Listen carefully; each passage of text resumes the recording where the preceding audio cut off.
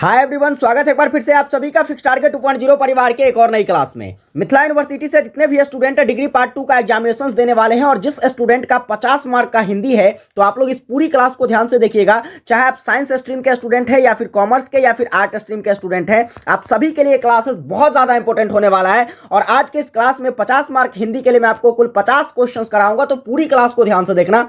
सभी के सभी इंपॉर्टेंट क्वेश्चन है जो कि आपके एग्जाम के लिए काफी ज्यादा हेल्पफुल होने वाला है। तो चलिए हम लोग वीडियो में आगे बढ़ते हैं और बारी बारी से सभी क्वेश्चंस को देखते हैं। इससे पहले मेरे भाई, अगर आप चैनल पर नए हैं, अभी तक सब्सक्राइब नहीं किए हैं, तो सब्सक्राइब कर लेना। वीडियो को एक प्यारा सा लाइक करके अपने सभी दोस्तों को जरूर शेयर करना। देखिए क्वेश्चंस की तरफ बढ़ते हैं और बारी बारी से सारे प्रश्नों को देखते हैं। तो आपका सबसे पहला नंबर क्वेश्चंस क्या कहता है कि जानकी वल्लभ शास्त्री, यहां पर थोड़ा सा मिसटाइपिंग हो गया है, शास्त्री कर लेना इसको। जानकी वल्लभ शास्त्री का जन्म कब हुआ था? तो सिंपली याद रखोगे, जानकी वल्लभ शास्त्री का जन्म 1916 में हुआ था। नेक्स्ट क्वेश्चन देखिएगा क्या है। तो नेक्स्ट क्वेश्चन आपका कहता है कि आरसी प्रसाद सिंह छायावाद के किस उत्थान के कवि माने जाते हैं? तो आरसी प्रसाद सिंह जो है यह तृतीय उत्थान के कवि माने जाते हैं। कब, किस उत्थान के माने जाते हैं? तो तृतीय उत्थान के छायावादी कवि माने जाते हैं आरसी प्रसाद सिंह। आगे देखेंगे अगला नंबर क्वेश्चन क्या कहता है। संजीवनी की कथा के मूल में है। तो देखिए संजीवनी की कथा जो है यह किससे संबंधित है, यह पूछा जा रहा है। तो सिंपली आपको याद रखना है, धार्मिक जागृति से संबंधित है। ऑप्शन नंबर सी इसका सही हो जाएगा।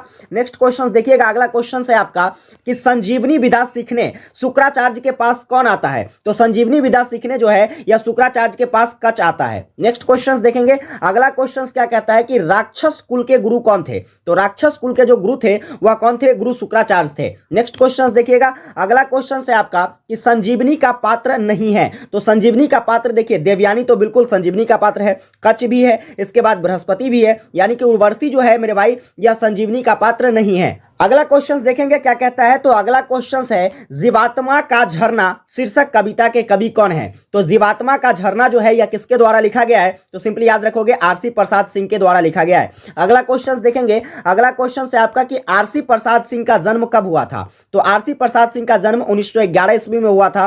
फिर देखेंगे अगला नंबर क्वेश्चन क्या कहता है। तो अगला नंबर क्वेश्चन है कि पाषाणी के रचनाकार कौन है? तो पाषाणी जो है यह जानकी वल्लभ शास्त्री के द्वारा लिखा गया है। ऑप्शन नंबर डी करेक्ट हो जाएगा। नेक्स्ट क्वेश्चन देखेंगे, अगला क्वेश्चन कहता है कि पाषाणी जो है यह प्रकाशित कब किया गया? तो पाषाणी का जो प्रकाशन वर्ष है यह 2008 है। पाषाणी को 2008 में प्रकाशित किया गया था, जो कि एक गीति काव्य है। पाषाणी क्या है मेरे भाई? यह एक गीति काव्य है। नेक्स्ट क्वेश्चन देखेंगे, अगला क्वेश्चन क्या कहता है। तो अगला क्वेश्चन है कि निम्न में से कौन पाषाणी की संगीतकाएं हैं? तो पाषाणी की संगीतकाएं जो है यहां पर देखिए, गंगावतरण भी है, उर्वशी भी है और मंजरी भी है, यानी कि ऑप्शन नंबर क्या हो जाएगा? डी सही हो जाएगा। ये तीनों क्या है? तो पाषाणी की संगीतकाएं हैं। आगे देखेंगे अगला नंबर क्वेश्चन क्या कहता है। तो अगला नंबर क्वेश्चन है जानकी वल्लभ शास्त्री का जन्म स्थान कहां है? तो जानकी वल्लभ शास्त्री का जो जन्म हुआ था यह गया में हुआ था। आगे देखेंगे अगला क्वेश्चन क्या कहता है। तो अगला क्वेश्चन है ऋषि कुमार मल्लिका आदि पात्र है, यानी कि ऋषि कुमार और मल्लिका जो है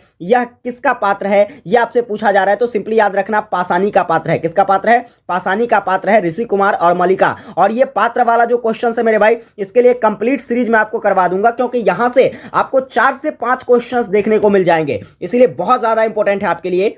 आगे देखेंगे अगला नंबर क्वेश्चंस क्या कहता है। तो अगला नंबर क्वेश्चंस जो है, उग्र तप कर रहे जयगान ओ भागीरथ जो मनुष्य महान, पंक्तियां जो है यह कहां से उद्धत है? तो यह जो पंक्ति है गंगावतरण से लिया गया है। अब देखो इस तरह के जो पंक्तियां हैं इसको हम लोग कैसे पहचान पाएंगे कि यह किस काव्य कथा से ली गई है? तो इसके लिए मैं आपको एक कंप्लीट वीडियो प्रोवाइड करूंगा, जहां पर मेरे भाई आपको एक ट्रिक के माध्यम से बताऊंगा। देखिए ट्रिक क्या होता है, तो जो भी कथा है, जो भी काव्य है, उसका कुछ की पॉइंट होता है, और ये की पॉइंट्स को आपको क्या करना है, तो थोड़ा सा ध्यान में रखना है, ताकि आप बड़ी आराम से ऐसे क्वेश्चंस को पकड़ सको कि यह किस कथा काव्य से लिया गया है। आगे देखेंगे अगला क्वेश्चन क्या है। तो अगला क्वेश्चन है आपका कि हे मनुष्य बिजली बलिदानी की परिणति करुणा कल्याणी की पंक्तियां जो है यह कहां से उद्धत है? तो सिंपली याद रखोगे यह कहां से उद्धत है? तो मंजरी से उद्धत है। आगे देखेंगे अगला क्वेश्चन क्या कहता है। तो अगला क्वेश्चन है कि भला चाहने वाला मैं भोग योग की गहराई का उक्त पंक्तियां जो है भैरवानंद किससे कहता है? तो ये जो पंक्ति है भैरवानंद किससे कहता है? तो मंजरी से कहता है। नेक्स्ट क्वेश्चन देखेंगे, अगला क्वेश्चन क्या कहता है। तो अगला नंबर क्वेश्चन है, विक्रमोर्वशीय की कथा से वस्तु प्रेरित संगीतकाएं कौन सी है? तो विक्रमोर्वशीय की कथा से प्रेरित जो संगीतकाएं हैं यहां पर वह कौन सी है? तो उर्वशी संगीतकाएं प्रेरित है। आगे देखेंगे अगला क्वेश्चन कहता है कि पाषाणी की चतुर्थ संगीतकाएं हैं। तो पाषाणी की जो चतुर्थ संगीतकाएं मेरे भाई वह कौन सी है? तो वह पाषाणी है। नेक्स्ट क्वेश्चन देखेंगे अगला क्वेश्चन क्या कहता है? तो अगला क्वेश्चन है, पाषाणी में उद्धृत मारवा खांडव जो है क्या है? तो पाषाणी में जो उद्धृत है मारवा खांडव, इसका क्या अर्थ है? तो सिंपली याद रखोगे, यह खांडव जाति का एक राग है और यह खांडव जाति की कथा ये दोनों है, यानी कि ऑप्शन नंबर क्या हो जाएगा? सी हो जाएगा। आगे देखेंगे अगला नंबर क्वेश्चन क्या कहता है? तो आपका अगला नंबर क्वेश्चन कहता है कि किस संगीतिका के विषय में कहा गया है कि यह अलौकिक कला प्रेम तथा लौकिक द्वंद्वात्मक प्रेम को केंद्रित करती है? तो देखिए यहां पर यह चीजें याद रखोगे, अलौकिक कला प्रेम और लौकिक द्वंद्वात्मक प्रेम के बारे में वह कौन चर्चा करती है? तो मेरे भाई उर्वशी कथा जो है यह केंद्रित करती है। आगे देखेंगे अगला क्वेश्चन क्या कहता है? तो अगला क्वेश्चन जो कि व्यावहारिक हिंदी से है, क्वेश्चन कहता है संसदीय राजभाषा समिति का गठन कब किया गया? तो सिंपली याद रखोगे, संसदीय राजभाषा संगठन का जो गठन है यह कब किया गया? तो इनमें से कोई नहीं ऑप्शन हो जाएगा। चलिए आप हमको कमेंट करके बताना कि संसदीय राजभाषा जो है इस समिति का गठन कब किया जाता है। आगे देखेंगे अगला क्वेश्चन क्या कहता है? तो मेरे भाई अगला क्वेश्चन है, राजभाषा आयोग 1955 के गठन का आधार क्या था? तो राजभाषा आयोग 1955 के गठन का आधार जो है यह अनुच्छेद नंबर 344 है, आपको याद रखना है। आगे देखेंगे अगला क्वेश्चन क्या कहता है? तो अगला क्वेश्चन है कि संविधान में हिंदी को मान्यता मिली है। तो संविधान में जो है यह राजभाषा के रूप में हिंदी को मान्यता मिली है। आगे देखेंगे क्वेश्चन कहता है कि संसद की कार्यवाही हेतु भाषीय प्रावधान संविधान के किस भाग में है? तो संसद की कार्यवाही के लिए जो है भाषीय प्रावधान भाग किस में? तो भाग 5 में है। आगे देखेंगे अगला क्वेश्चन क्या है? तो अगला क्वेश्चन याद रखना है आपको कि राज्य विधानमंडल में प्रयुक्त होने वाली भाषा संबंधी प्रावधान जो है यह किस अनुच्छेद में है? तो सिंपली याद रखोगे, अनुच्छेद नंबर 210 में जो है यह राज्य विधानमंडल से संबंधित भाषा का प्रावधान है। अगला क्वेश्चन देखिए, क्वेश्चन कहता है कि राजभाषा आयोग 1955 के प्रावधान इसमें से कौन नहीं है?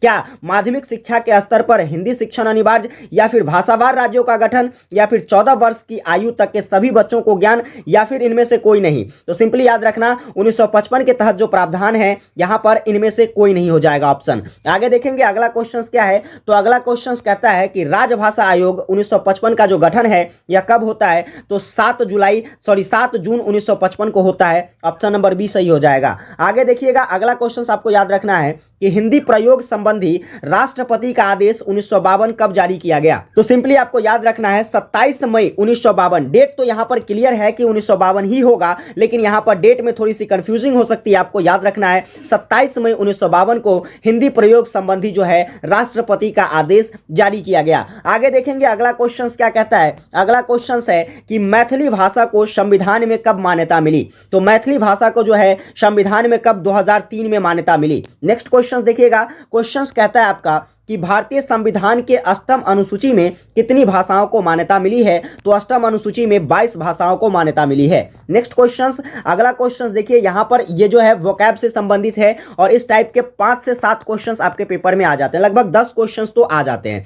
चलिए देखते हैं। क्वेश्चन कहता है कि रिप्रेजेंटेशन का हिंदी अनुवाद क्या होता है? तो रिप्रेजेंटेशन का जो हिंदी अनुवाद होता है, यहां पर सही आंसर इसका जो है इनमें से कोई नहीं हो जाएगा। चलिए आप हमको कमेंट करके बताना कि रिप्रेजेंटेशन को जो है हिंदी में क्या कहते हैं। अगला क्वेश्चन देखिएगा क्या कहता है? तो अगला क्वेश्चन है मेरे भाई कि निगोटेशन का जो है, निगोटेशन का हिंदी अनुवाद जो है यह क्या होता है? तो निगोटेशन का जो अर्थ होता है, यहां पर भी इसका सही आंसर क्या हो जाएगा? इनमें से कोई नहीं। आप बताइए कमेंट करके कि निगोटेशन का जो अर्थ है यह क्या होता है। आगे देखेंगे अगला क्वेश्चन क्या कहता है? अगला क्वेश्चन है डायरेक्टिव का हिंदी अनुवाद क्या होता है? तो डायरेक्टिव जो है इसका हिंदी अनुवाद होता है मेरे भाई आदेश। नेक्स्ट क्वेश्चन देखेंगे, अगला क्वेश्चन कहता है एक्सेप्टेंस का हिंदी अनुवाद क्या होता है? तो एक्सेप्टेंस को हिंदी में हम लोग स्वीकृति कहते हैं। अगला क्वेश्चन देखिए, अगला क्वेश्चन है आपका कि टेंडर का हिंदी अनुवाद क्या है? तो टेंडर को हम लोग हिंदी में निविदा कहते हैं। अगला क्वेश्चन देखिए, अगला क्वेश्चन है आपका कि कॉन्फिडेंशियल का हिंदी अनुवाद क्या है? तो कॉन्फिडेंशियल को हिंदी में हम लोग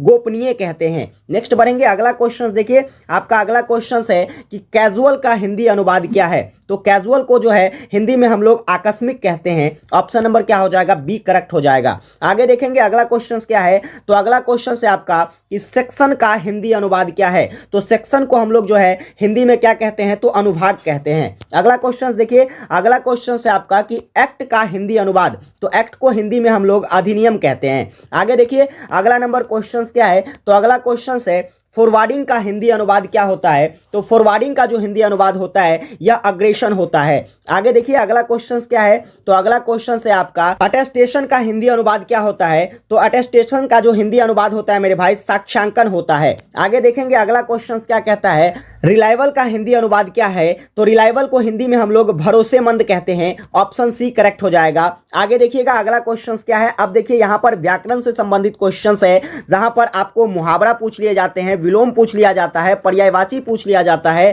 क्या कहते हैं श्रुति सम भिन्नार्थक शब्द पूछ लिया जाता है, अनेकार्थी शब्द पूछ लिया जाता है। तो इस तरीके से आपके पेपर में क्वेश्चंस आते हैं। ये देखिए जैसे कि मुहावरा पूछा गया है, खून खौलना मुहावरा का क्या अर्थ होता है। तो खून खौलना मतलब क्या होना मेरे भाई, तो खून खौलना मतलब होता है गुस्सा होना, क्रोधित होना। तो यहां पर क्या जोश आना, बिल्कुल नहीं होगा। कड़ी मेहनत करना, यह भी नहीं होगा। युद्ध में मारा जाना, यह भी नहीं। यानी कि ऑप्शन नंबर क्या हो जाएगा, डी करेक्ट हो जाएगा। देखिए खून खौलना मतलब क्या होना, अधिक गुस्सा होना। क्या होना, खून खौलना मतलब अधिक गुस्सा होना। ठीक है, आगे देखिए अगला नंबर क्वेश्चन क्या कहता है, तो अगला नंबर क्वेश्चन से खाक छानना मुहावरा का क्या अर्थ होता है। तो खाक छानना मतलब दर दर भटकना। क्या होता है, खाक छानना मतलब दर दर भटकना। आगे देखिएगा अगला क्वेश्चन, ये भी मुहावरा है। क्वेश्चन कहता है कोल्हू का बैल मुहावरा का क्या अर्थ होता है। तो कोल्हू का बैल होना मतलब कठिन परिश्रम करना होता है। क्या होता है, कोल्हू का बैल होना मतलब कठिन परिश्रम करना। आगे देखेंगे क्वेश्चन क्या है, कीचड़ उछालना मुहावरा का क्या अर्थ होता है। तो कीचड़ उछालना का मतलब निंदा करना। कीचड़ उछालना मतलब निंदा करना होता है। आगे देखेंगे अगला क्वेश्चन है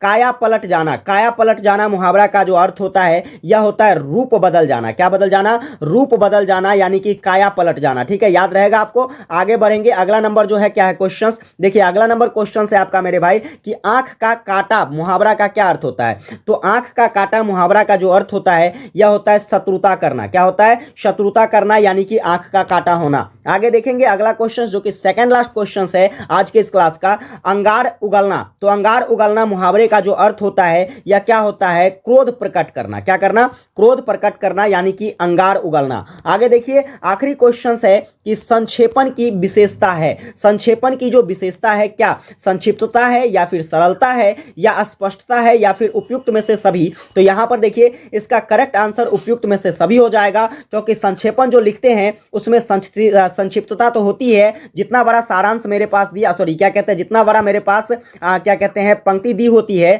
जितना बड़ा मेरे पास क्या होता है तो गद्यांश दिया होता है, उसको हम लोग 1/3 भाग में क्या करते हैं, बांट कर लिखते हैं। तो यानी कि क्या हो गया, तो संक्षिप्त तो हो गया, इसे हम सरल भाषा में अपनी भाषा में कन्वर्ट करके लिखने की कोशिश करते हैं, और साथ में इसमें स्पष्टता भी होती है। बहुत ही कम शब्दों में हम लोग सारे शब्दों को, सारी चीजों को व्याख्यान करने की कोशिश करते हैं। इसीलिए क्या है, तो संक्षेपण की यहां पर सारी विशेषताएं हो जाएगी उपयुक्त में से सभी। तो कुल मिलाकर मेरे भाई आपके सामने ये 50 ऑब्जेक्टिव क्वेश्चंस आपके हिंदी 50 मार्क के लिए मैंने प्रस्तुत कर दिया है। अगर ये क्लासेस आपको हेल्पफुल लगी हो, चैनल पर नए हैं अभी तक सब्सक्राइब नहीं किए हो तो सब्सक्राइब कर लेना, वीडियो को एक प्यारा सा लाइक करके अपने सभी दोस्तों को जरूर शेयर करना और ज्यादा से ज्यादा चैनल को सपोर्ट करना। विशेष मिलेंगे आप लोगों के साथ एक नई क्लास में, तब तक के लिए जय हिंद।